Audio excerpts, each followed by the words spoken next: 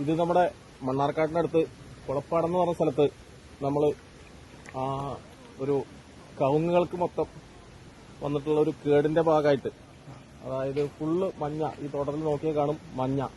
അപ്പൊ അതിന്റെ നമ്മുടെ മൈ ലൈഫ് സ്റ്റൈൽ കമ്പനിയുടെ അഗ്രോ പ്രൊഡക്റ്റ് യൂസ് ചെയ്യുന്നതായി. ആ പ്രൊഡക്റ്റ് യൂസ് ചെയ്യുന്ന ഭാഗമായിട്ട് ഇതിന്റെ തൂമ്പുകളെല്ലാം അളിഞ്ഞ് പോയിക്കൊണ്ടിരിക്കുകയായിരുന്നു. അപ്പോൾ അത് ഈ നിൽക്കുന്ന ചെടിയുടെ തൂമ്പ് ഉണ്ടായിരുന്നില്ല. അത് അതിന്റെ അവിടെ നോക്കിയാൽ നമുക്ക് കാണാൻ പറ്റും.